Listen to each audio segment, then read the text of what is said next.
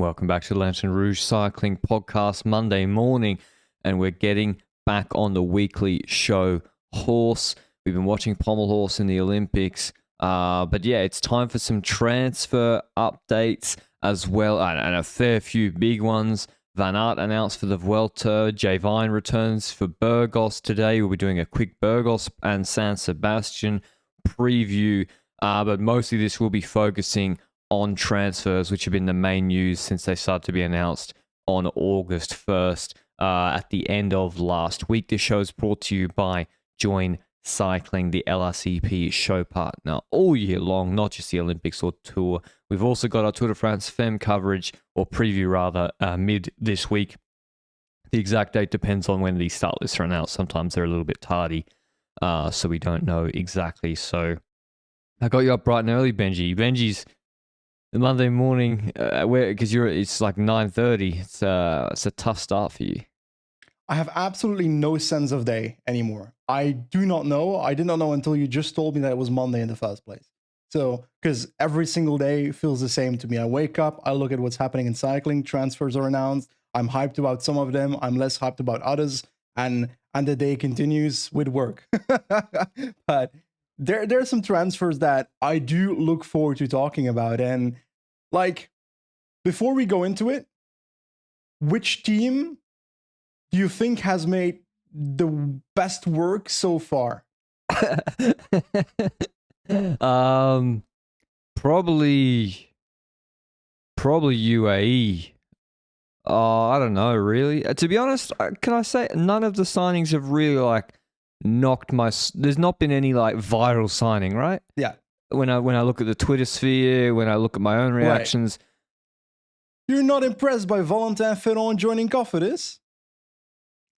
I gotta say, if you put him in a lineup, I wouldn't know who he is. But maybe it's just a factor of we already knew. There's the rumors are so strong that when they're announced, it's okay, thanks for the confirmation. Obviously, I think the Visma Lease bike signings are pretty solid, but I would say that. Really? Yeah. But I think the UAE ones are very, very good as well. You know, Jonathan Narvaez. There's two riders that's beaten Pogacar from his groups in a road race this year, Remco and a TT, and one was Narvaez, one was Vingegaard, so pretty good company to be in. But what do you think, Benji? Because I feel like we've not heard a lot of them. There's been a good amount, but yeah, there's INEOS, for example, they don't have a marquee signing, I would say. Yeah, true. And I think the story needs to start when it comes to INEOS in this podcast, because that's a team that made a few notable signings, but also other things have happened around the team in recent weeks. And let's start off with the signings we already heard a few weeks ago. Rumored to be Bob Jungels leaving Red Bull Bora Hansgrohe and joining INEOS Grenadiers for 2 years. Now, if we go all the way in the past, great classics rider at Quickstep. Went from Quickstep eventually to H2R after, I think, a head injury. And he actually ended up winning a Tour de France stage, if I recall, about 2-3 years ago. Ahead of then Thibaut eventually Pinot. joined, ahead of Thibaut Pinot, you're right. And then eventually joined Red Bull Bora Hansgrohe as this mountain domestique, a medium mountain domestique. And I see him in that role. I think that's a logical role. But I think you need the asterisk with Bob Jungels that he's a monument winner. Maybe that's already a bit too far in his career in the past to matter salary-wise, but the Tour de France stage victory certainly does. So Bob Jungels is not a cheap signing for what I consider an okay medium mountain domestique. Yeah, you got to realize, we should say up front, we're going to be doing a fair few transfer podcasts, but Palmares, they count for what the salary is by a huge amount in pro cycling, way more than many of you are maybe from the follow other sports, American sports or whatever, where it's you're paid on your expected future performance. In cycling, really, it's what have you won in the past. Isn't that stupid? Yeah, of course, but that's just how it is, Some teams don't do that. Yeah, some teams don't do that, but is it not the teams that kind of lay the foundation of that that unwritten rule to be true. When the teams stop paying for palmarès, riders will stop being paid for palmarès and will be starting to get paid for their future performance. Which, if you're on the same team all the time and you stay there and you win with the team, then I'm okay with your salary going up. But if you then don't perform anymore, you can't expect Total Energy to drop 3 million on you if you're not expected to deliver results-wise, unless you can back that up commercially. Yeah, but we keep seeing it. We saw it with Froome, with Sagan, with Fuglsang. It always keeps happening. And Jungels, as you said, Benji, this is his third 2 year in a row. So this is his third team since 2021. So he is chopping and changing a fair bit. Now, when he went back to Bora, he went back to Bora. I think he had the Dan Lorang connection. So Dan Lorang's Luxembourg head of performance at Bora at the time. And so I thought, oh, he's going to be happy there and stay there for a while. I am surprised to see him leaving. I really am, because it's a new project. They have, say, Roglic, who needs... Like, he was in the Tour de France team with Roglic. I'm more surprised that he's leaving Bora. I don't know the reason why, than him joining INEOS in a way, because I feel like he fit in a Bora. He probably speaks about 5 languages, and actually in the Tour de France, he was actually very, very strong after Roglic left, when he was in the breakaway. Can't remember which one, a week 3 breakaway, maybe Isola with Hindley. He was shredding. He was shredding on the front as a tug buddy. So, but he is like the problem I have with the signing, Benji, is, as you said at the outset, it's not a money ball. It ain't like 300K, I would guess. And can you find someone to do that job for cheaper? I think you can. Yeah, I would expect the same. And especially because there are similar riders that can do similar work that don't have that palmarès that you might be paying at the moment. So that's signing one. Bob Jungels, I'm not blown out of the woods. Oh, and last point on it. Okay. If you're UAE, I see it more. Or Visma, I see it more. Or even Bora, I see it more, because if you're like, okay, we can realistically say we're going to win a Grand Tour next year or a podium one. So therefore, I'm not paying for some 23-year-old 300 grand. Give me the 31-year-old, experienced, knows his role, pay a bit more, because I need that guy for the Grand Tour. If you're, I see it then a bit. But for INEOS, why would you pay? You know, like for Carlos Rodriguez, like, when's Jungels going to pull too much for him? But yeah, that's my last word on it. For me, it's also a signal, the fact that UAE and Visma and so aren't interested in someone like Bob Jungels in the first place. That's also a signal to me that, sorry, but I'd rather have some of the medium mountain domestiques that UAE has over Jungels, for example.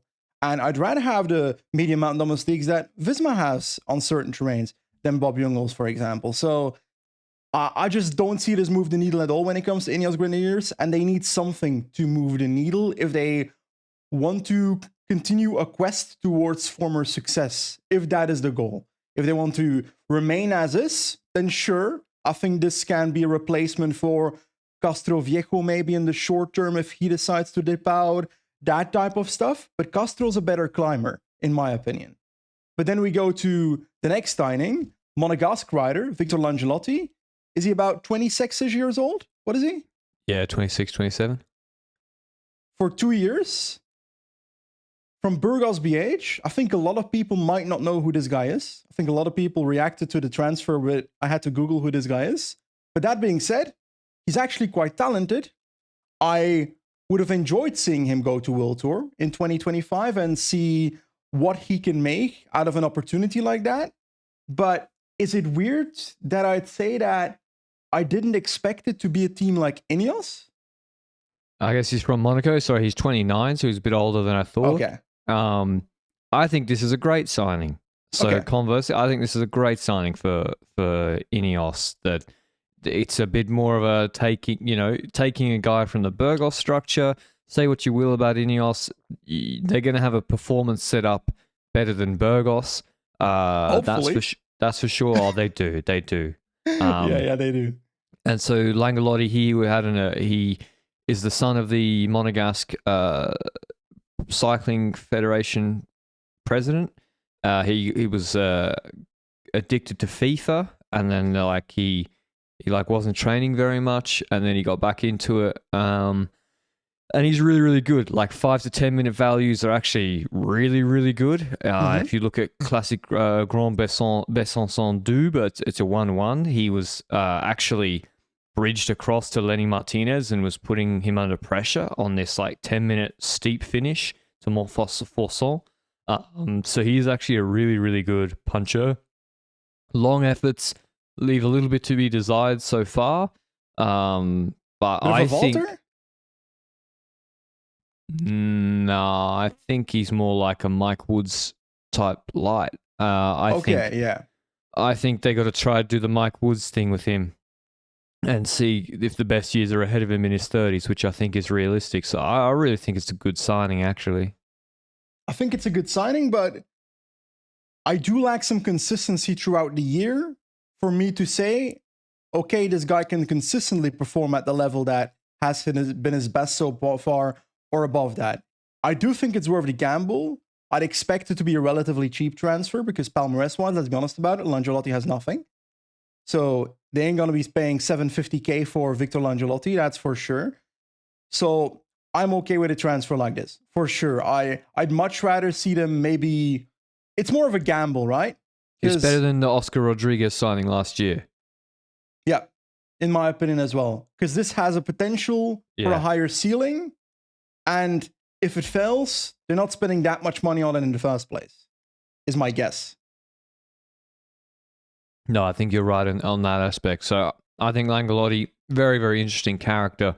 And I think a good signing from INEOS. The other rumor, but not confirmed yet, is Pablo Castrillo to join INEOS. He is, I see more as the Castroviejo replacement. Yep. He's on Equipo Confirma.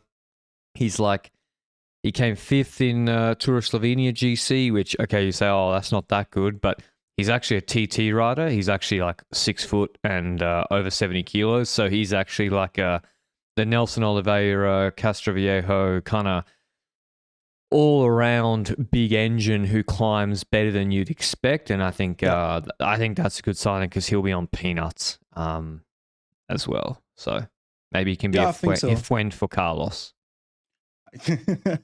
That's for sure. I generally think that's a good transfer as well. He's young, 23. You don't know what his ceiling is yet. TT plus mountain, kind of the specialty when it comes to INEOS in the past. And even Classica Jaén getting a top 15 there, combined with the result he's had when it comes to time trials and when it comes to Slovenia and so forth, I see potential in this. I have a similar view that this is the long-term Castroviejo signing, while Jungels could be maybe the short-term replacement, is how I see that potentially at the moment. But so far, nothing to blow us out of the water when it comes to INEOS, where there's a signing behind the corner that will shock us. I don't know. Do you feel like that's the case? I kind of don't. No, maybe Laurence? Yeah, Laurence, okay, he's a nice rider, but he's not like a... Yeah. Like there, who's on the market? There's no like real... Agreed? Huge guys on the market, I would say. So, yeah, I think... The priority was extending Tarling, and they did that.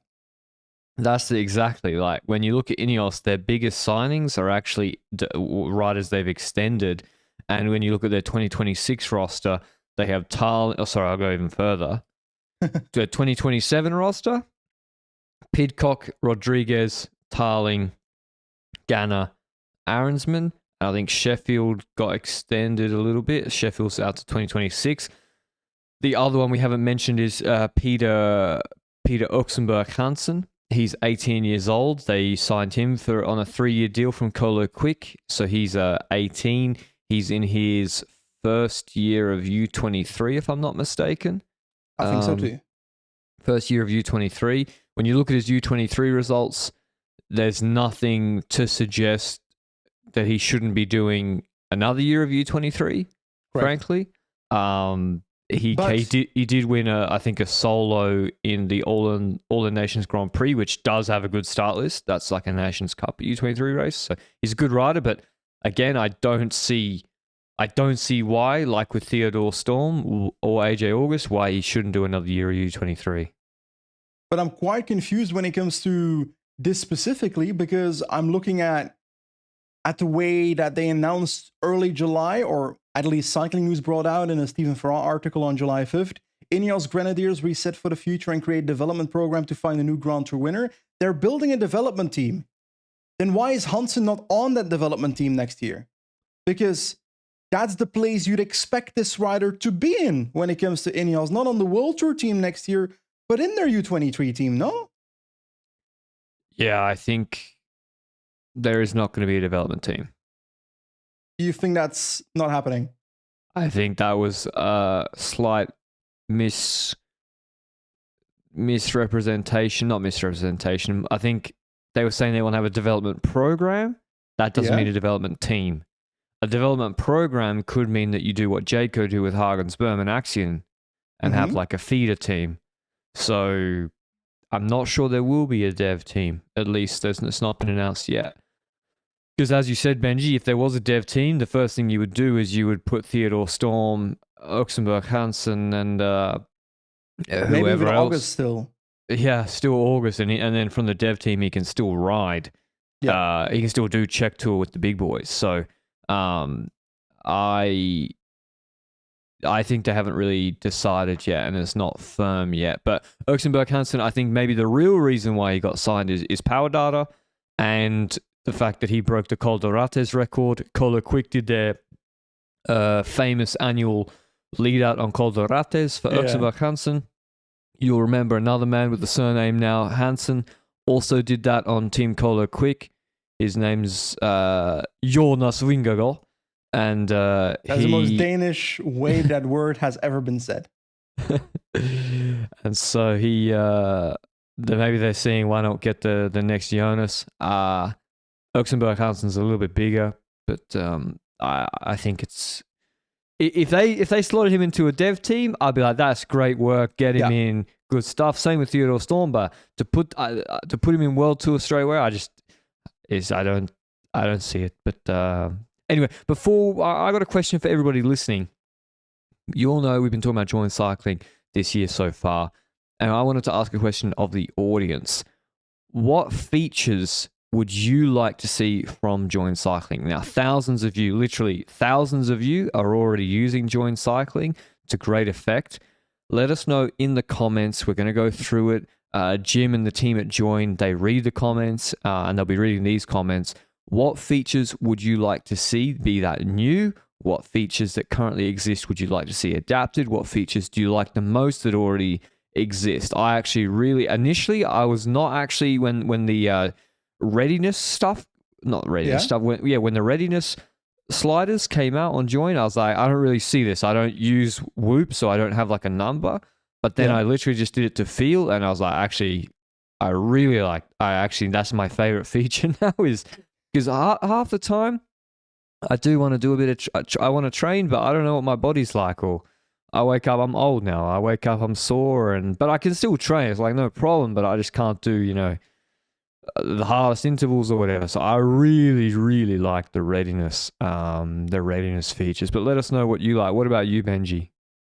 Oh, to be honest, is it weird to say that when it comes to the activities in Join, they switched how the activities were displayed based on what activity you were doing, right? The color schemes and so forth. Yeah. For me, UX matters a lot. And the user experience of how things look kind of motivate me to keep using an app like that. So those small quality of life features, those keep me going. And those probably aren't the biggest ones to invest in, but I'm expecting other people to maybe want the bigger features compared to me.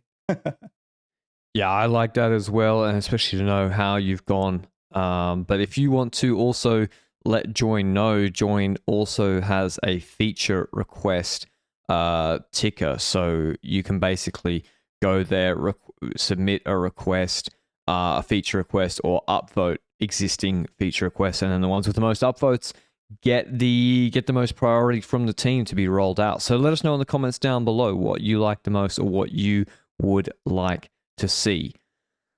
the last one from INEOS, Benji, is the announcement. It was in the Daily Telegraph, actually, a national broadsheet newspaper in the UK. Dan Bigham gave an interview, quite a scathing one, actually, like a departure interview with INEOS, saying he's actually leaving with immediate effect. So basically, after the Olympics, he said he'll go back, do a 1 week handover, and then he's out of there. And he said that he feels that the team is leaving performance on the table and a few other things. What was your impression from this interview, Benji? Well, first of all, it puts INEOS in a bad light, in my opinion, because Dan Bigham is a pretty big name when it comes to performance and aerodynamics and so forth within the sport of cycling right now. Like, the guy doing his own world hour record, etc., working with Ghana on that. You got to be pretty good at your job to be able to deliver that kind of work, is how I perceive it from the external view. And to hear that from his mouth, that the team is leaving performance on the table, that's not a good sign, in my opinion. And I feel like the majority of reaction on social media was, ooh, INEOS is folding, which that's maybe an over-exaggeration reaction, but it definitely shows that the public feels similarly, as in, oh, that's maybe not a good sign for INEOS in the future. So Dan Bigham leaving, that's more than a marginal loss for the team, in my personal opinion. I don't know where he would go from this departure, because I'd expect him to go to a different team eventually in World Tour as well. But what do you think about how that makes Bigham look? I was surprised to see the interview, because, like, you know, it does seem to come down to not seeing eye to eye. Like Bigham says in the article on the Telegraph, he says it's not particularly a me versus Scott. That's Scott Draw, who's the performance director. It's not particularly a me versus Scott thing at all. It's more just how I see performance. How I want to do performance is not particularly aligned with how INEOS wanted to go about it. I wanted more autonomy, more ability to action my ideas, and I really wasn't getting that at INEOS. So I don't know.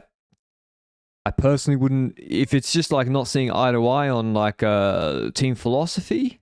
Yeah. And there were a few other things, like I think he felt like he got flicked regarding Olympic support, but he basically has gone the nuclear option here, like on his way out, and basically fully stuck the knife in on the way out with an article like that. Yeah, so I don't know. I personally wouldn't have given that interview, but if I was Bigham, especially not in that way, especially when there is one. I mean, maybe he probably never wants to work there again, and I think after that interview it's going to be difficult to work there again. But yeah, he's a young guy in his early 30s, and it's the only British World Tour team, so I was a bit surprised to see it. If I look at that situation and I see multiple things, on one end, you could argue that him saying that also might cause other teams to think twice about signing him, because he might backstab them if something goes wrong in the process. Nah, he got another job lined up for sure. I think so as well. From the other angle, from his angle, I also understand that you want to get things off your heart. Maybe the press isn't necessarily the right place to do so, but maybe that's also a method for him to put himself on the market again by saying he's leaving, and by saying that he can put more performance on the table than what INEOS. Maybe it's also kind of to protect himself from kind of being disappointed in what has been achieved at INEOS or something. I'm trying to read into it, maybe a bit over reading into it, but regardless, for me, Bigham leaving INEOS is not necessarily a good sign for the team. No. Everyone looks bad. Everyone looks bad as a result of that article, and so. But then again, INEOS gave a statement saying that they believe in the strength and depth of their performance team, and that they can continue on without Bigham, no problems. So I think it's just the relationship is fully deteriorated between the two. And he's repeating a lot of things, like, you know, a lot of the things he is saying is stuff we've heard before, without Brailsford, there's lack of clarity, etc., etc. Last question when it comes to INEOS before we go over to other teams. What is the state of INEOS right now? Because we look at a team that they haven't returned to former glory when it comes to the Tour de France, but that's due to a lack of leaders that can perform at the level of Pogacar, Vingegaard, etc. So transfers like Jungels, Langolotti, and so forth, they won't move the needle for that. But they are still third in the UCI ranking, if I'm recalling correctly, if not close to that position. 2024 ranking, yep. And that does mean that they're still one of the better teams in World Tour, certainly. But I also feel like I expect more. It's weird, the dynamic, no? Yeah, because INEOS are unfortunately a victim of their own past success. Like, people still bash them about their huge budget, but the reality is, okay, they got a healthy budget for sure, but they don't have the budget of UAE. Do they have the budget of Visma? I don't know, but they do not have the budget of UAE. They are not the richest team in cycling. Do they have even the most free cash available for the 25 market compared to Red Bull and Little Trek? So whilst they may have on their existing book more money, actual free cash available, Broe and Little Trek are coming. They got the injection of Little Trek, Little and Red Bull cash. Is this also not a consequence of past mistakes? Signing Pidcock on a huge contract, missing out on signing Rodriguez in the first place for him to almost sign with Movistar, for then to sign him for more money. You're also losing money there. Ganna, you're right, big contract. Ethan Hayter, big contract. There's so many riders that are on more money than they should be on INEOS, which I love for the riders. Like, I'm always on the side of the riders, so take the bag. I'm okay with it. But from INEOS's perspective, there's mistakes that have been made in the last 2 years that are stacking up to the point that now they don't have the money necessarily to put the ship in the direction that it needs to be. And they're stuck in that until certain contracts end. And is there anything to the rumors that Pidcock might be leaving that we've been seeing left and right? I'm not really sure about that. I don't know about that. I do think INEOS get, I feel like they get unfairly criticized, like actually a fair bit. I agree with what you're saying, Benji, but those fat contracts are not unique to INEOS. And so I feel like, yeah, people are always like, INEOS suck, they're not the same as they were before, they're close to folding or whatever. It's like, okay, but they still won a World Tour stage race this year. They're still third in the ranking. They still won a World Tour big one-day race, Amstel Gold race with Pidcock. Okay, it's not UAE with Poggy. It's not Visma in the Classics. But like Little Trek and Bora, I feel like get a free pass a lot, actually. Little Trek and the Tour were nowhere. If it wasn't, well, Pedersen also crashed out, but okay, INEOS had COVID. I agree. If it wasn't for Jonathan Milan, how would we look at the transfers of Little Trek right now? They're usually terrible, dude. Little Trek, like, they, and also, Tao Gegenhardt, Luke said have COVID, but like, Trek get all the best U23 world champs or junior world champs, and like, Pedersen's and Ciccone are really the guys they've developed. Milan, great signing, gotta say. Yeah.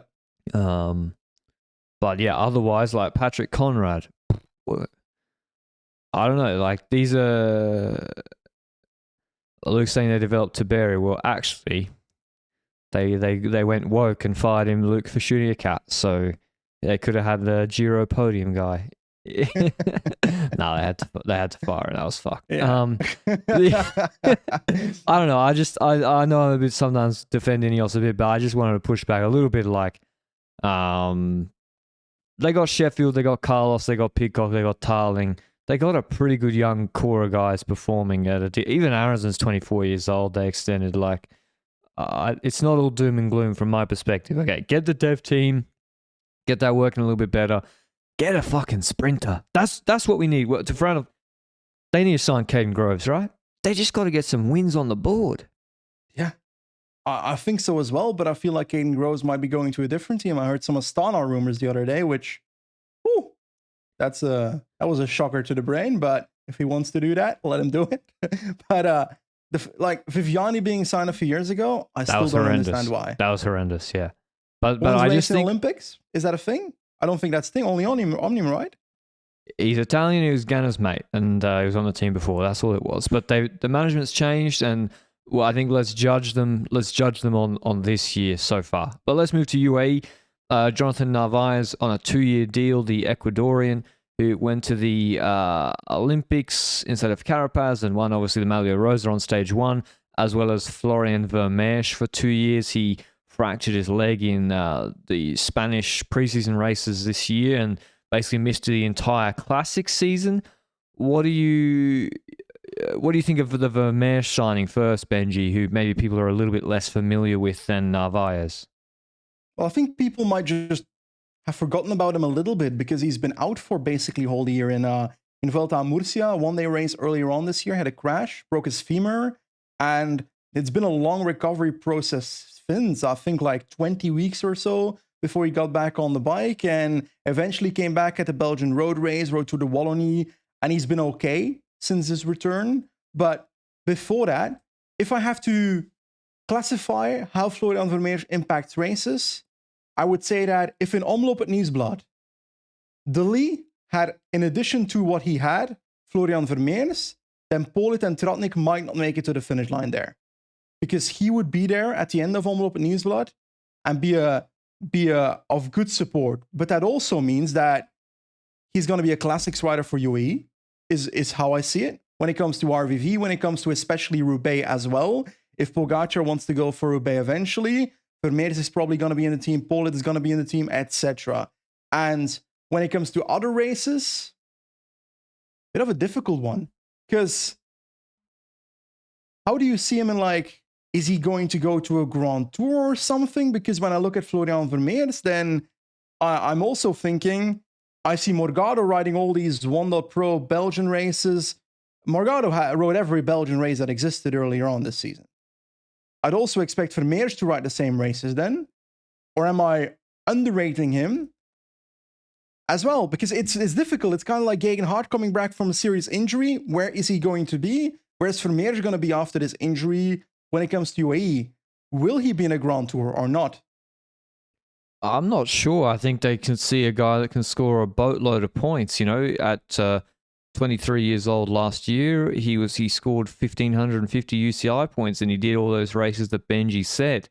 Duracell, Dwars Het Hageland, Antwerp, Port Epic, Trobro Lyon, you name it, because he was scoring points for, and even Giro del Veneto came third.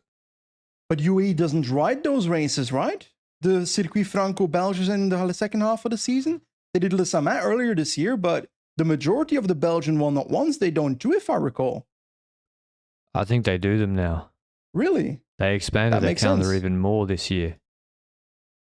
But maybe he's supposed to be in like the actual Classics World Tour team alongside Polit, Morgado, and because there's still a fair bit of depth to be had there. Like if you look at, let me have a look at their Tour of Flanders team.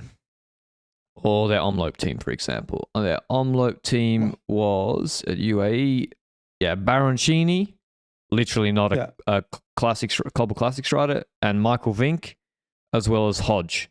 So Hodge and Vink are basically filling in the numbers, and Baroncini's kind of there. So like they're not as stacked as stage racing, so it makes sense. You can put him in there, and again at Tour of Flanders, where they had a really, really nice result, where Morgado came in, they still went with Covey and Langen. And of course, Vermeers is better than Covey for the Tour of Flanders. So I think he'll just be in their World Tour Classics team. I think so too. I'm just curious whether he can fit in a different role in the team as well, whether he can grow into that. Because he's a big boy, no? Something. Yeah, he's definitely a big boy.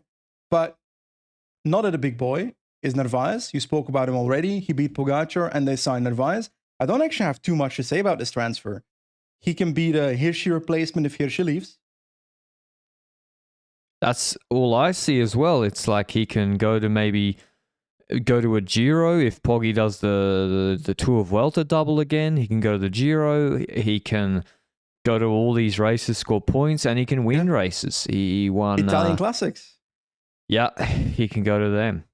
He didn't do them last year, actually, so I would see him being a pretty good option for them. He is, you got to say, that was a high peak, and he's had a really good year this year, his best year of his career, but he has been very inconsistent. He is 27, and some seasons he's been, frankly, pretty average for most of the year and not really done anything. And then you see suddenly, like last year, he in the World Champs Road Race, he's right there with the big boys after he pretty much did nothing for the whole year until he came good in Austria in July. So not a guarantee to be a knockout success. I would assume that he will be good at UAE and he'll be constantly up there scoring and winning races.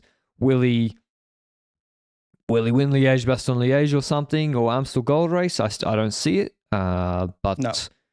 So I see this. To me, this means she's gone, right? I would expect that. And Yeah. we've heard numerous rumors to, was it Tudor or Q365? Mate, Q36.5 rumored to throw money at Alaphilippe as well, I heard. Yeah. She's actually, those pro teams, they actually do need someone like she who's just a UCI points god. So I would see this meaning more likely that he would leave. Who else would UAE be looking to sign, Benji? Because at the moment for their 2025 team, they already have 23 under contract. They have Adam. They have Ulysses, Micah, Groschartner, Hodge, Finn Fisher, Black, Bax, Novak, Vink leaving. I would say Novak's being re-signed. Groschartner, I think they've already agreed to re-sign. Micah will be re-signed. Ulysses will be re-signed. That's 4. So I think they only have like 1, 2, 3 spots one left. or 2 spots left. Yeah. I actually don't know who else they're going to be signing. I think they're going to bring up that Spanish U23 rider from the dev team. Pablo Torres? Persica or something? Maybe he's a junior. No, I think you're right. It'll be Pablo Torres. I'm thinking of a... yeah, you're thinking about the other guy. What's his name? I'm thinking about the junior. So maybe they bring up another guy and then they sign one other guy. Like they signed Jay Vine late in the year, a couple of years ago. So I think they're pretty much full. I don't see any other big names going to UAE. Gal Glivar is rumored to go from the dev team to the... Okay. I think it'll be young guys. I think it'll be 2 young guys because last year they really stocked up on young guys. But maybe the 211 like they can't get Jana Widar, so it won't be him. He's already signed. Visma Leasebike have announced some big signings, Benji. Probably, I would say the biggest name that's moved on the transfer market is Simon Yates for 2 years. Coming from Jaco Alula, wanting a change of scenery, comes into the team. What do you make of the Simon Yates signing? Well, first reaction is obvious, eh? I'm looking forward to 2025 to see Adam Yates in the camp of UAE and Simon Yates in the camp of Visma Leasebike in the Tour de France as super domestiques in that Grand Tour. That's the one thing I'm already looking at. But in addition to that, if I look at it individually, Simon Yates has had multiple years of trying to go for himself as GC rider now, and he's definitely still going to get that opportunity, in my opinion, at Visma Leasebike. But he's also come to a point where he's gotten his full fat the Tour de France last year, if I recall correctly. And I think it's actually a good thing that he's leaving Jaco. He's choosing to go to Visma Leasebike, and we've seen that riders that go to a super team don't necessarily lose more races because they're now a co-leader or a backup leader or a super domestique. They actually end up getting more results because they have a stronger team around them, which might give them opportunities on other occasions. And who knows, there might be a performance boost there as well. If I'm looking at that across the board, I think Simon Yates should also be pretty happy about the move. Visma Leasebike should be happy about the move. Jaco seemingly has replaced him. We'll talk about the replacement a bit later. But I think this is a good situation for Visma and for Simon Yates. And from a spectator perspective, it's the same thing as Adam Yates going to UAE, where I will always complain a little bit about super teams monopolizing or trying to get as many GC riders as possible in their ranks to be part of their super team. And that takes away a GC rider that might be on a tertiary other party, another team, which that's on one end a bit of a shame, but on the other end, a logical consequence of the sport right now. Yeah, you definitely see like the riders understand the network effect of being on these super teams is that you can get extra W's. Yeah. It doesn't Jorgensen. Yeah, look at Jorgensen. Like when people say, "Oh, he's going to Visma, he should have gone to X team because then he would have been the outright leader." How would being the outright leader have helped him? Like, I don't think it really would have. So when he goes into the classics team at Visma, and then he's in the move in Wazdur with Tej Benoot, then it could. Of course, he was super strong, but it definitely helps to be on these super teams. Simon Yates, like Visma, is pretty clear in the Tour de France this year. Benji, pretty obvious that UAE had them completely outgunned in the mountains. Like, it was the reversal of the Grenoble photo, the famous photo of Poggi looking at 4 Vismas. It was Yates, Almeida, Pogacar, Ayuso, and Galibier all staring at Vingegaard. And of course, Sepp Kuss was out with COVID, and Jorgensen had crashed before, but Visma were outgunned in the mountains. And if UAE had, they didn't need to, but like, they could have played those numbers, and what was Vingegaard going to do? What was he going to do? So Simon Yates, I think, a much-needed addition to bolster that department with, because he's just a level much above Kruijswijk and Kelderman, and also he wins races. Like, he's got 34 wins. Like, he's actually he wins. He's got a not a bad little sprint on him in the Italian Classics in Montreal. You can send him, scores a shitload of points usually, and this is his last chance, Benji, to have a change of scenery. Like, if you waited another 2 years, then I think it might have been too late to try, and I think he needs a change of environment after this year. So, yeah. And he's not going to be on peanuts at Visma Lease bike anyway. So it's like he might be, I don't know, he might have had more opportunities, or an opportunity that might have gotten him a bit more money.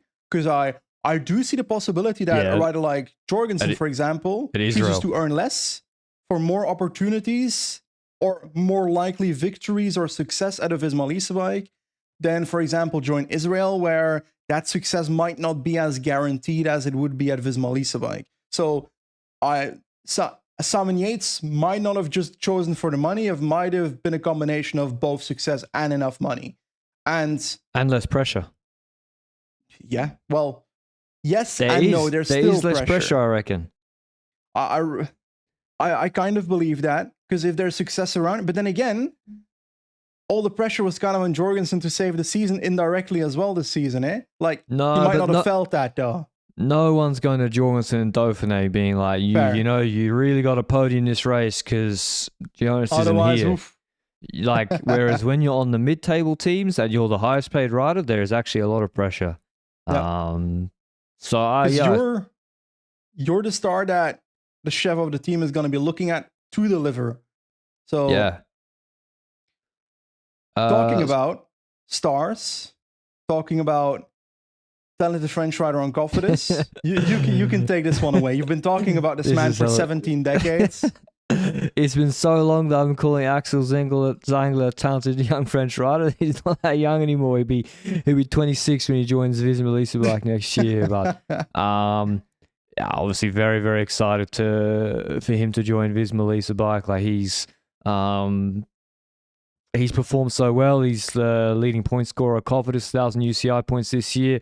Now, he's not being signed to score UCI points. He is not the next Christophe Laporte. Let's make that clear.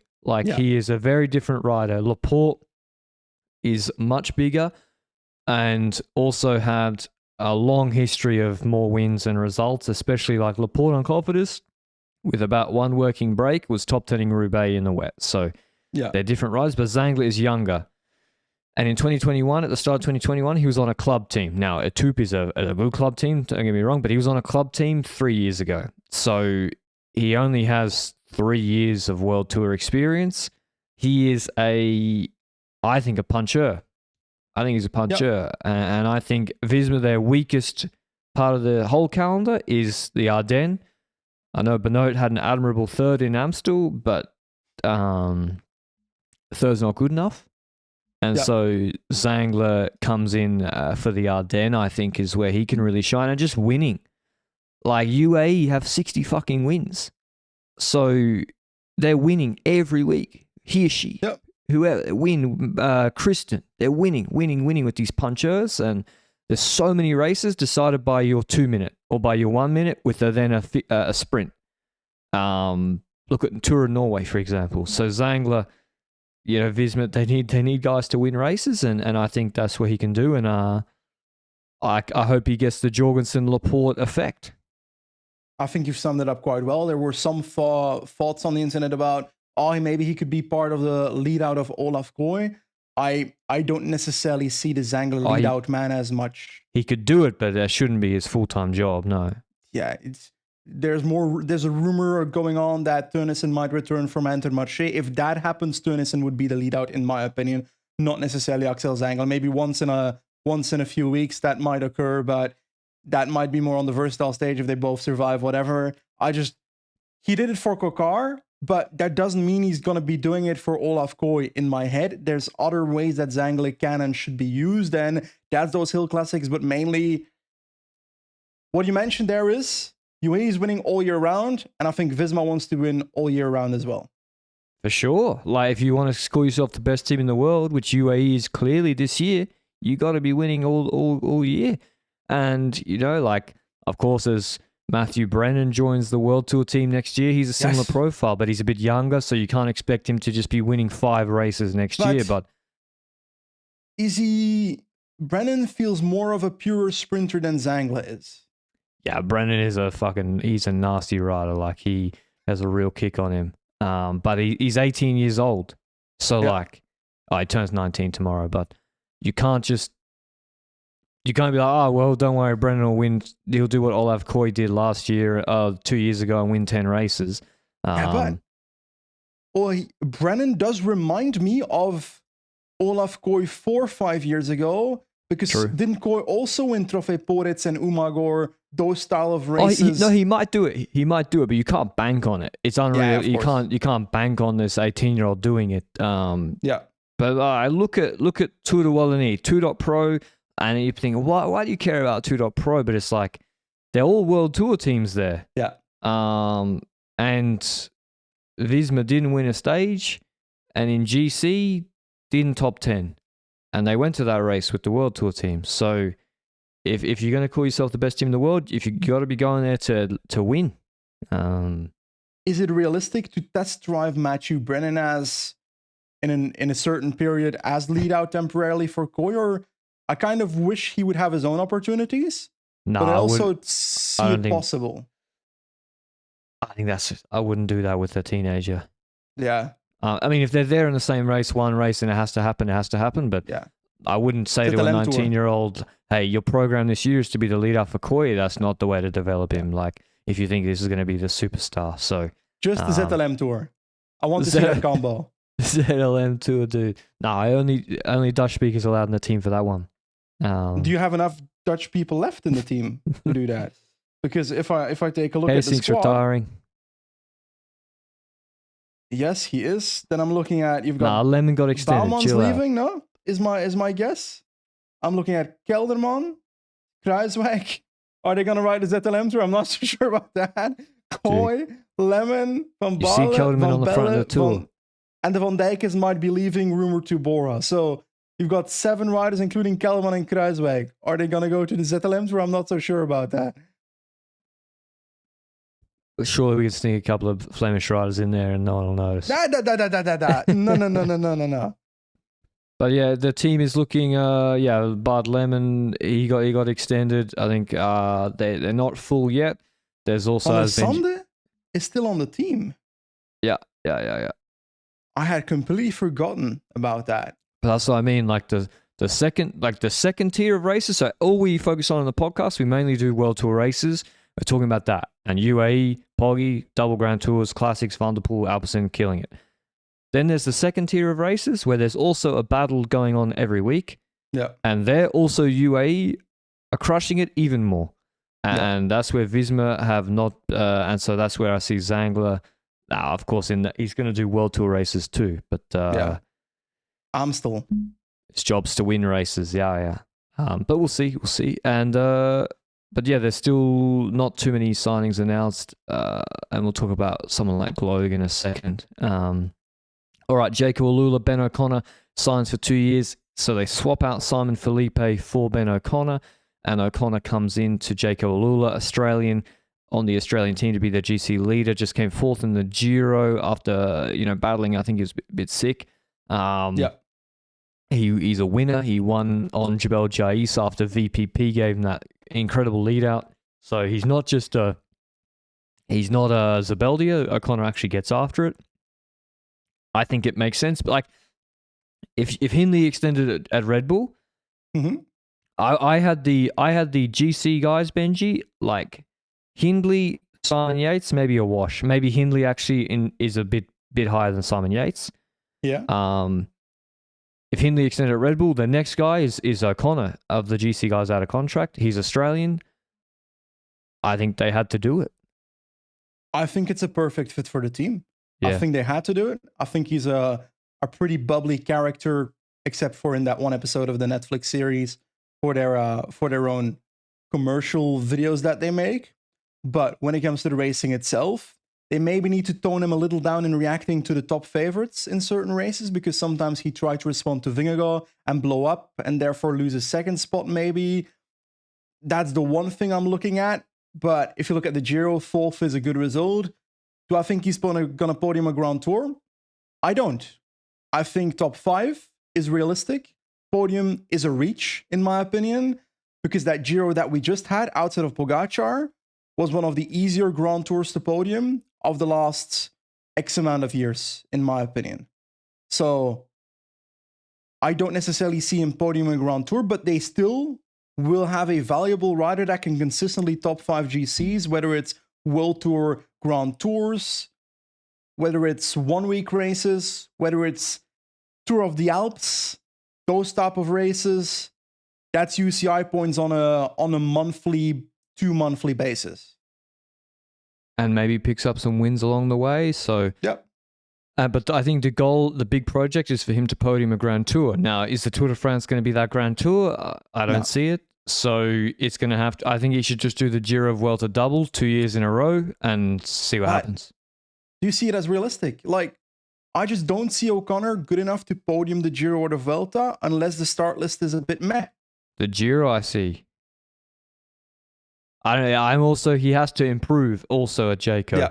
So they got a good TT set up. The AG2R one, he also was doing good TTs. It's not like it was bad, but he also has to improve. But do I expect it? Maybe not. Is it realistic as a goal? Yeah, I think it's a realistic goal to go for. I don't think it's delusional. No. We'll talk about a delusional one in a second. For me, top 5 is fully realistic. Top 3 is what you're aiming for. Yeah. But in my opinion, unlikely. That's how I view it. Yeah, I think the Giro is the best shot. The Giro is the best shot, and maybe he's happier there. Maybe he's happier in a changing environment. I think it's a good deal for both parties, and I'm happy to see Ben going to Jayco. He can finally talk English all the time. Exactly. Him trying to talk French in the bus. You joked about it. It actually makes a difference. Like,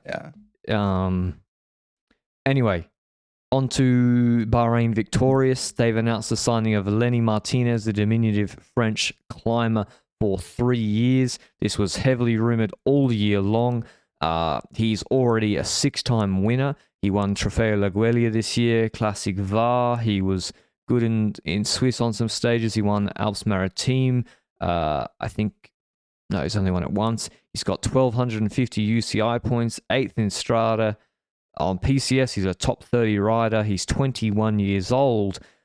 But the surprising thing is the announcement. Benji Naesen, or the boss at Bahrain Victorious, says our dream for this project is to podium the Tour de France with a French rider, and we think Lenny Martinez is the best option to do that.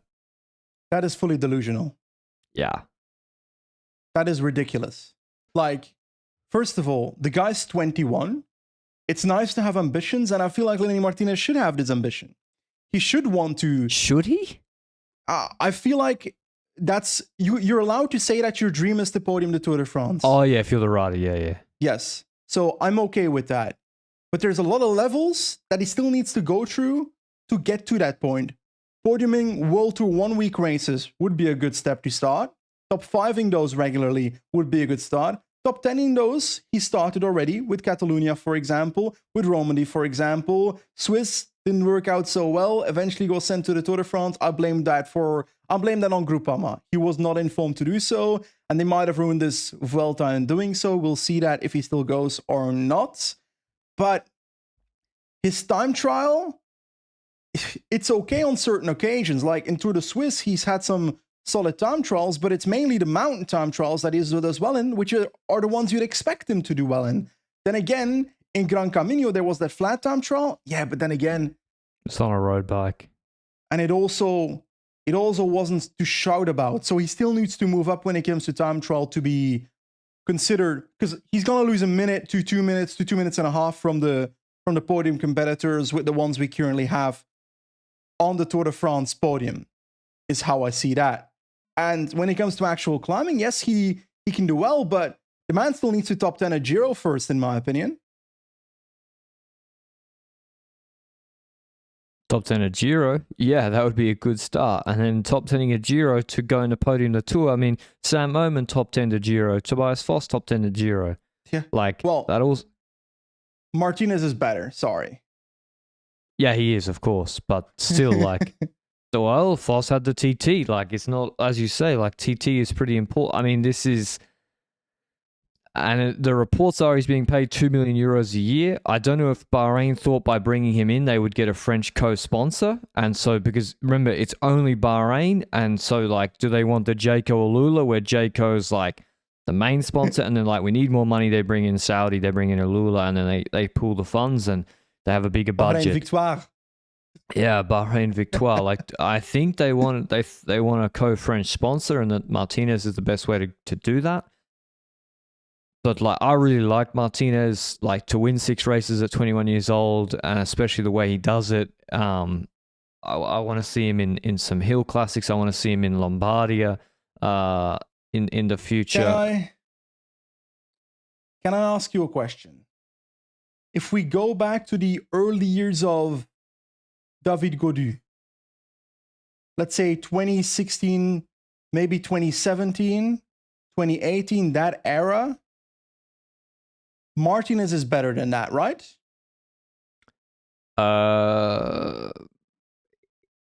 It's hard to compare because guys were doing a longer U23. I mean, Gaudu won Tour de l'Avenir with the stage win to Tignes. Like, he won Course de la Paix U23. Like, he wasn't a scrub.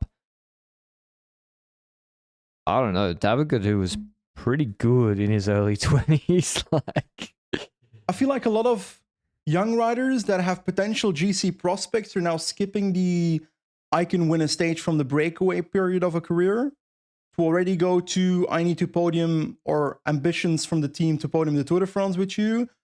Lenny Martinez, in my opinion, going to a Grand Tour and winning 2 stages from the breakaway, I'd already be very happy to see that in the first place. In the same way that, was it Cataneo at Androni back in the day before he went to Quick Step? Yeah. Or Masnada? I mean, he tried to do that in the Vuelta last year, and Koos dropped him. But he still hasn't done it. I mean, David Gaudu top 10 Flesh when he was 20. Yeah. He was pretty good. Martinez can do that as well with a good position, I'm sorry. Yeah, he also can do that. But that's where I see him more, is that, I mean, the guy's 8th in Strada. So, like, he's on the flat, like, he's 53 kilos. Man. He's so small that I just do not see it possible that he can be consistently good in GC. It's just so... Yeah. The weight disadvantage he has is incredible. So echelons, mate. Echelons, the flat TT, just being, say there's a rolling stage, and then they go to a finish climb, and it's not let's say it's not French Cup, where they're just with some uni students. Like, let's say it's full gas racing on rolling terrain, like Barcelonette stage, he'll be fried through no fault of his own by the time he gets to the base of the final climb. So I think with a selective program, I still think it can be a good sign for Bahrain. They're probably overpaying him. They're probably going to put too much pressure on him. It's probably going to end in tears if that's what they think. But still, like, you're getting this guy at 21. He's already winning races. He's already scoring a shitload of UCI points. If you put him in the right direction, which maybe they won't do, but he's a very, very valuable rider. What about FDJ, Benji? Like, are they losing another rider? What can FDJ do? Like, should they be blamed for this or something? I don't really... What are they supposed to do? If he's getting 2 million and then after tax they have to pay him 3 million to match it, or 3.2 to match it, you can't pay Martinez 3 million. Firstly, financially, they can't work against this. They can't give them the same offer that Bahrain does. Secondly, they did create a bit of a toxic environment when it comes to the Gaudu versus Demar in the past, which might lead to people leaving the team. I don't think that's the case with this specific case, though. With other riders, that might have been the case in the past and might be the case still, that some riders might feel a bit distasteful towards what happened there. I think that's a realistic view on that. And I think, well, we can talk about Groupama now. If you take a look at what they're doing to potentially fix that, yes, they get Brieuc Roland, a young rider from the dev team, to go to the World Tour team next season. He top 10'd Planche de Belfi at Alsace the other week. But their main transfer so far is getting Guillaume Martin for 2 years from Cofidis. Guillaume Martin right now is no Lenny Martinez, but I think it's damage control is how I perceive this transfer. And I don't actually mind the transfer that much, but I don't know where the financial agreement is at, what level it will be at. Because if I look at Guillaume Martin, I think it will cost less than Lenny. I think so. Definitely less than the 2 million that Bahrain is paying, that's for sure. But Guillaume Martin, I was actually pleasantly surprised to look at his results and see that he's top 15, 8 Grand Tours in the last 5 to 6 years. That is almost unmatched consistency when it comes to top 15s. And you might say a top 15, what do you buy with that? Some of those were top 10s at the Tour de France, at the Vuelta, etc., at the Giro, maybe as well. I'm not sure about that one. But that's consistent UCI points, I think, 1,000 plus per year, which for a team like Groupama, it's not necessarily necessary at the moment in this cycle, but maybe in the next cycle, that might be useful to have under your belt for at least the first year. And while Gregoire is still growing, which is a rider they have extended now, I look at Martin as okay, he can at least be considered, because right now, Martin was the first French rider at the Tour de France in GC. Bahrain now wants to do that with Lenny Martinez, apparently. But I don't mind the transfer. No, Martin is a good rider. Like, he's top 10 flash. He's there in the French Cup races. He can maybe get you a few top 10s if he's lucky on the right. He also does a hard schedule, you know, like Tirreno against Vingegaard. A week later, he's at Catalunya against Pogacar. Then he's doing Romandy, Dauphiné. Like, he's done 61 race days before August. This is also what I saw with Zangler. I was like, this guy's racing every 2 weeks. No, sorry, almost every 10 days, doing like 2 one-day races. This is there's got to be more you can get out of someone like Guillaume Martin. So, yeah. Is it understandable from Cofidis' perspective that you're squeezing all the orange juice out of these riders for UCI points by sending them to races every 10 days? Kind of understandable. Of course, it made sense with Zangler. Yeah. Of course, like, you send him every week to this Paris Camembert, Le Fromage race or whatever. He comes third, 80 UCI points, does it again. Of course. It's a more surefire way of doing like a altitude camp, 1 week race, altitude camp, and then do like 3 one-day races where he might not do anything. So I'm not saying it's wrong. It's just it's not optimal for like peak performance, I don't think. Yeah. So Guillaume Martin, it's fine. Roland also is quite good. So there's nothing FDJ could have done with Martinez. I had to let him go. But on Cofidis, they've announced the most signings of anybody. I think Dylan Turns is in for 2 years, Damien Touzé for 2 years, Sylvain Moniquet for 2 years, and Valentin Ferrand for 2 years. Turns is probably the most expensive and the biggest name signing. What do you make of this, Benji? The 32-year-old from Israel, where he was for 2.5 years after Bahrain let him go after the 22 season. He's had a weird year, actually. It's a strange year where he was so good in certain periods, but also he doesn't... for Cofidis, we're talking UCI points, right? Because the UCI points are almost more important for them than wins. Right now, they're still safe when it comes to UCI points. We're entering the 3rd year of the 3-year cycle. So that means that the years from 2023, 2024, 2025 combined together when it comes to UCI points defines who will be in the top 18. And the top 18 riders, the first 18 riders in that ranking, will be getting a World Tour status invitation or a license given to them if they want it to be in World Tour. The teams that are under that will be considered pro teams if everybody accepts above them. So that's kind of the situation. And right now they're safe. I think they're 2 positions above the relegation line at the moment, and there's still a solid gap towards P19, which I think is the SM or Arkea and Astana, maybe. I'm not sure. One of the 2 teams. Patrick will say it in a second. Yeah, I got it up. I got Raul's article up now. You can check Raul's article. But yeah, Cofidis are 2,000 points clear of Arkea in the relegation zone. 2,000 points sounds like a lot. Actually, that can be 2 months of some bad luck, and you're suddenly there. So I'm looking at Axel Zangel leaving. I'm looking at Guillaume Martin leaving. That's about 1,500 to 2,000 UCI points in a year that disappear or projected to be UCI points, because it's never guaranteed, but likely that would be the range in which those riders would have performed next year in terms of UCI points based on previous experiences. And that needs to be replaced. I'm looking at Dylan Teuns. Peak Dylan Teuns. I feel like he's very inconsistent, Dylan Teuns. He scored about 610 UCI points maximum in 4 of the last 5 years. That is not much. For Cofidis, that might be a lot, but not compared to the money that they're probably paying Teuns for that to begin with. So you'd want Teuns to overperform compared to what he has performed in the last couple of years. And at Israel, he was already hunting for UCI points. He was signed for that exact reason. So it hasn't necessarily worked for Israel that well. He wasn't the factor that led to them now being above the relegation line. So why would it change at Cofidis? I don't necessarily see that. He was very strong at RVV, but in terms of UCI points, an 8th position, and that being inconsistent throughout the year, you don't gain much with that. So this kind of feels like a signing that you could get a top result out of Dylan Teuns, potentially. You could get a breakaway victory in a Grand Tour or a top 3 in a stage through a breakaway from Dylan Teuns. He was solid at Dauphiné, etc. But I don't see it necessarily being the likeliest to work out in terms of UCI points. And then I go through the other 3 riders, and when it comes to Monique, he's a solid rider. He actually stepped up in 2024 at Lotto Destiny, and he performed in, I think, 2.1 one-week races and got solid results there, better than the years before, was consistent in those. But those kind of GCs don't deliver UCI points.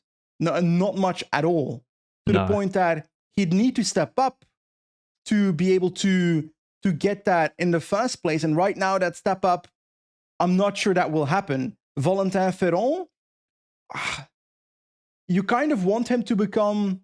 They lost Alexandre Delettre to Saint-Michel Aubert about 1.5 years ago. And to be honest, you want this guy to turn into Alexandre Delettre 2024, consistently getting top 10s at 1.1 races, unless you see this man as the potential replacement of Zangler in the train of Kokar. That's also a possibility. And then I look at Damien Touzé, and I'm actually okay with that transfer. That's probably the best transfer of the 4 in my personal opinion. At Agezer, he was riding a full World Tour schedule. This guy scored top 30s at Omloop at Nieuwsblad, Dwars of Vlaanderen, Kuurne, Brussel, Kuurne. And with a schedule focused on just French 1.1 races, I believe this guy could be in the top 10 of multiple 1.1 races consistently. Touzé is probably going to end up being the best bang for buck for points versus salary out of any of these signings, one would think, because as Benji said, like, that guy doing the Giro and the Tour of Flanders, Roubaix, Amstel, like, what's he going to do? Like, but if you put him at the right level, you know, he can do something. So, I mean, maybe he won't, but I think, would you rather have Dylan Teuns or Langalotti? Say Dylan Teuns is on $1 million. Well, the thing is, with Dylan Teuns' money, you can get a ton of riders that can get a lot more UCI points combined than Dylan Teuns will get. And when it comes to Langalotti, I'm sorry, but I don't see him as a solution for Cofidis either in terms of UCI points. I don't know. He's pretty good in those French circuit races. Yeah, but he gets like 200 UCI points this year at Burgos, a team that is also kind of going for them. Yeah, true. But he did a lot of stage races. I don't know. Yeah, you're right. He's not also just cleaning them all up either. It's I'd have to look at I'd have to look, but yeah, it's you're looking at Milan Freitas of the world. I think Cofidis could be in a spot of bother next year. I think they could be in a spot of bother. They really need Turns. Like Turns has podiumed 3 monuments in the last 3 seasons. But the problem is normally when you see that, you're like, okay, so not podium, top 10. You're like, okay, he's still top 10 Liège level. He has at UAE been top 10 Liège level. And then you're like, okay, so then if you send him to a dot pro hill race, he's insta podium. Dylan Turns, actually, that is not the case. He has like a really high peak where he can like be the strongest guy in the final of the Tour of Flanders this year behind Van der Poel, and then doesn't do anything.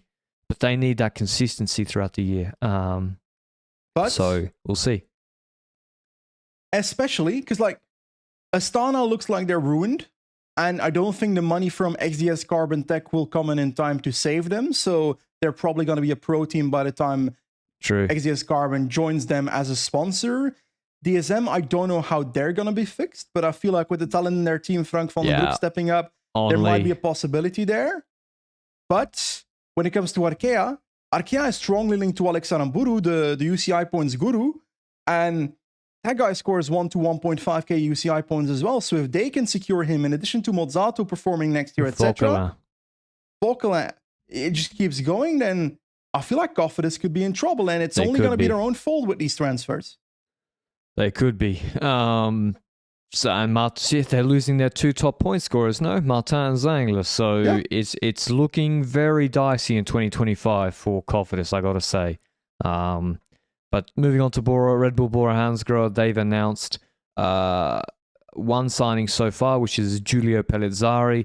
You'll remember he was in the breakaway in the 3rd week of the Giro d'Italia, both on stage 20 to Bassano del Grappa and stage 16, which was the finish to Montepana. Young Italian talented climber on Bardiani. He's 20 years old, turns 21 in November. 3-year deal. It's they got one of the most talented climbers on the market, Benji. Like if you sent this kid to Tour de l'Avenir this year with the right preparation against Widar, he'd probably win it, or it'd be close. Like he's one of the best U23 climbers on the market. So I think a bit of a coup for Red Bull. I think so as well. But we do have to tone down the exaggerations a little bit, because the immediate response I saw on social media was, they've got a candidate to podium Grand Tours. No. I'm not there yet. This guy can't TT yet, which at 21, that's normal. Like he rode for Bardiani. I'm sorry, but their TT setup is going to be crazy bad, in my opinion. Especially, remember when we went to the Giro ourselves and we saw the large, like, you see buses? The budget difference. You see it physically.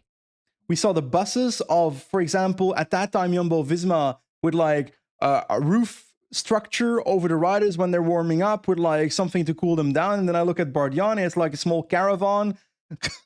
Like there's a major difference in budget, and it's logical that they don't have money to send Pellizzari to a wind tunnel to try and make him a better TTer. That's and that's also not necessarily the goal of Bardiani. Bardiani's not trying to step up to World Tour. They're basically an Italian kind of development team in pro team structure, who, it's not really a developed team, but they develop riders as they go along. We saw loads of riders come from there. Colbrelli came from there, etc. So when it comes to Pellizzari, he's a great climber, yes. I first and foremost see him as he can win mountain stages, breakaway stages, 100% at World Tour. And he can do well in potential 1-week races without many TT kilometers. And if Bora can work on his time trial, then maybe he can start top 10ing a Grand Tours in, maybe not next year, but in a couple of years. Maybe he can do it next year, top 10ing a Grand Tour with, you don't, like, top 10ing a Giro, you don't need to be the best time trialist to begin with. Yeah, you can backdoor it in 3rd week breakaways if necessary. So top 10 in the Grand Tour I think is viable, but to say he's going to podium, there's a long path ahead. Yeah, like it's not so easy for Giulio Ciccone, who's a good rider, to podium a Grand Tour with his TT issues, and he's reaching 30 now. So, where did Ciccone come from? Bardiani in 2018. So, if we're saying Ciccone is the archetype of what Pellizzari is now, Ciccone is a difficult one because he's also just very consistent over the last couple of years in terms of potentially top 10. He crashed out a few times in the last week. I'm trying to figure out a different rider to look at. But that's what I mean. Ciccone is nowhere near podiuming, and he's a good rider. Yeah. And so it's hard to podium Grand Tours. It's my hot take. But still a nice signing. You got, I think it's a good signing. A lot of teams would have been after his signature. That's for sure. I think it's Italian Butrago maybe last year or something. Okay. 2 years ago. Yeah, coup for them. Decathlon's the final one we'll do today. Rasmus Pedersen, this 22-year-old, joins them on a 3-year deal. He looks like a classics rider. He won the Denmark Elite Road Race ahead of Asgren and the World Tour guys. He has been good in Gent Wevelgem U23. He's a classics rider joining a classics team that needs desperate classics help. So it's a no-brainer.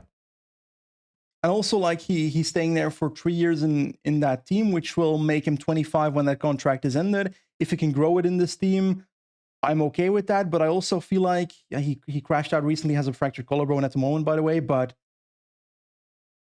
3 years at Decathlon Agézère, kind of stuck for a bit, no? I feel like I'd rather have been there for 2 years. Oh, well, it gives you time to develop. Maybe they're paying him decently well. But yeah, I doubt that. First year coming from the dev team. Probably not. Moving on to other news, Wout van Aert's been announced to go to the Vuelta a España, where his goal is to win stages. We don't know if Mads Pedersen is confirmed to be doing the Vuelta. He might not be. There's also other sprinters there, like I don't know what Caden Grove's program is. Who else might be doing the Vuelta? Don't know. Anyway. Oof. It's usually got the weakest sprint field of any of the Grand Tours by far, and so we saw that in the Tour de France, Van Aert's sprint is not too bad, so he should have a good chance there. But yeah, if I'm looking at sprinters on the provisional, it's Gerben Thijssen, Corbin Strong, Caleb Ewan, Arne Marit, so much weaker than the Tour and so much weaker than the Giro. There's also TT. There's some mixed finishes. I think the Vuelta is probably almost the best race for Van Aert, Benji, with the flat finishes and a lot of climbing during the stage. I think so as well. When I read the news, I was instantly looking at the parkour of the Vuelta, and I gotta be honest, I gave up after watching 7 stages of the route. I was like, okay, I've seen enough. It's all the same stage. Yeah, it's literally all the same. Every single stage is the same. Every single mountain stage looks the same. Everything the sprint stage looks the same. Have a hill with about 20 kilometers to go. Yes. Can Van Aert get over it? Yes. Can other sprints get over it? Maybe. Starts off with an ITT against Joshua Tarling. That's going to be a rough one. But stage 2, for example, 6.7 kilometers at 3.4%. Most sprinters would get over that. But Visma could make it a little bit harder to make it more fitting for Van Aert. I'm more looking at stage 6 and 7. Stage 6 has 9.3 kilometers at 4% towards the finish. Kind of a minus-scored finish as well. But Wout van Aert can do those. I reckon that stage is prime candidate. Even the flat sprints, he can't compete against the sprint field. But I'm looking at these versatile sprints as well. Sorry, 9.3 kilometers at 4%? Did Vuelta Wout van Aert Roglic, can't do it anymore? Vuelta Roglic, I'm telling you. Peak Wout, come on. Well, it's been a while since. Well, that's the question. That's the question. Well, if it's big Wout van Aert, then he should win 5 stages. Yep. Wout van Aert is going to win 4.5 stages. If Pedersen doesn't go, then he should probably walk the points jersey as well. And he should have good team support because, it's not like the Tour de France around Vingegaard. There's Koos going, but and Uterbrooks, I think, is on the provisional. So is he on the provisional? Yeah. So but he should be getting pretty decent support from the team. Like, it's not like in the Tour where the Visma are not going to pull on the flat stages. Nah, Geesink and Van Baarle, if Van Aert has a chance to win, they're going to be pulling. So, by the way, Matthias Vacek wins the stage at the Vuelta. Oh, that's a good shout. But I think it's nice that he's going. Hopefully Roglic goes because it just adds a bit of star power to the race and the sprint field. I'll just do a quick race recap. Czech Tour happened. As I said, Mark Hirschi, he won that ahead of Ulysses. The UAE won 2. I just want to make a note of 2 young riders. Well, a few young riders actually showed themselves, being Kevin Vermaker on DSM and Marco Brenner on Tudor. But Andrew August on INEOS, this was clearly his best race so far for the team and in World Tour. On the World Tour team. He, 18 years old. This was, it was a 2.1, but it was a strong field and some good uphill finishes. He was attacking. He looked really, really good. So that's got to be very encouraging for them, as well as for Visma Lease bike. It was the first race for Thomas Gloag since he got hit by a car training in 2023. And he didn't race for a full year, the 22-year-old, and he came back and he won a stage with a sort of, a well-timed attack and very strong move on the longest mountaintop finish to Due Strane. So very, very encouraging for him. Got to have felt good and good for the team, Visma as well, who, these young guys you want to have, you see at UAE, Del Toro, they're all performing, and Visma's young crop got to perform too. But if you have to point to any rider on INEOS right now that could potentially podium the Tour de France in the next 10 years, what would be your most likely name to put forward? Would it be Carlos Rodriguez, or would you gamble on saying a name like AJ August to develop over the years and become that rider? Ooh. Probably August, yeah. If you give me a 10-year timeline, August. Yeah.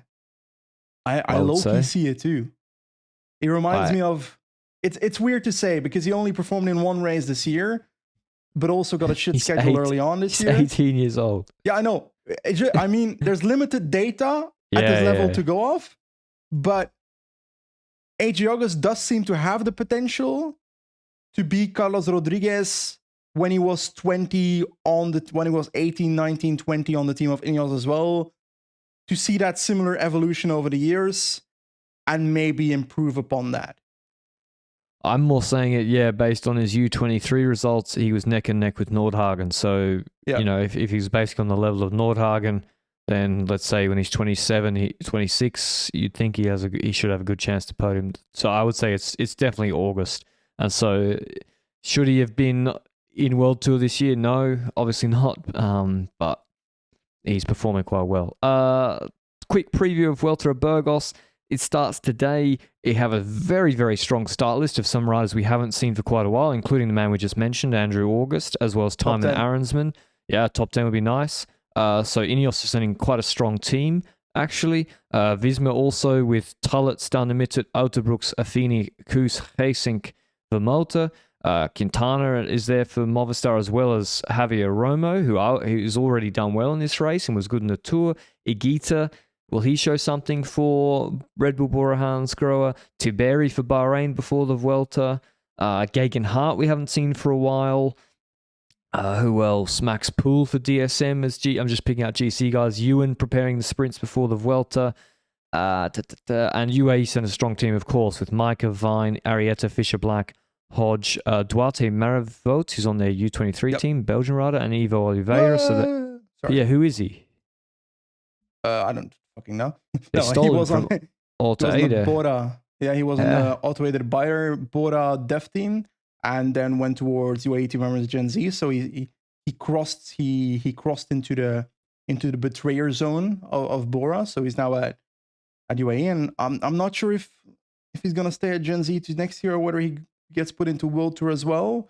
I don't know. He does get opportunities at these races like Burgos, so you'd expect that it wouldn't take 2-3 more years for him to get that UAE upgrade to World Tour if they have that on the plans for him. But then again, is Giro next gen? Sorry, but he looks like a U23 rider. He doesn't look like a World Tour rider yet.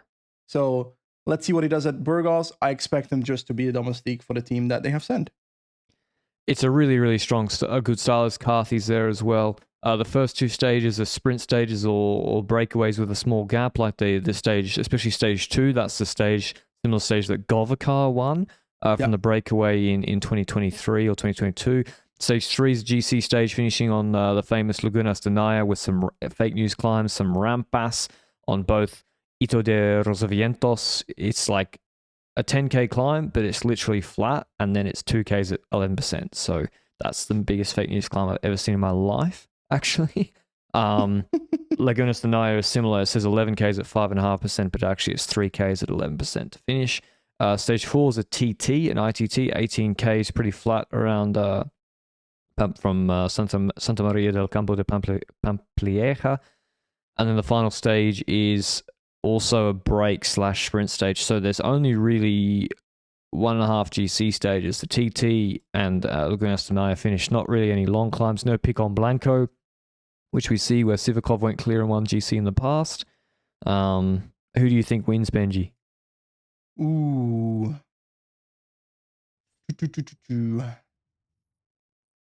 Look forward to see what Quintana does, to be honest, personally. The TT is going to be bad for him. Yeah, but I mainly watch Burgos for Lagunas de Naya personally. Yeah.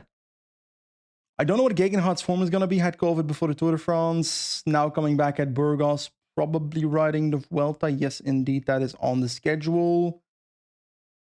I like seeing Rafa Majka have a leadership role.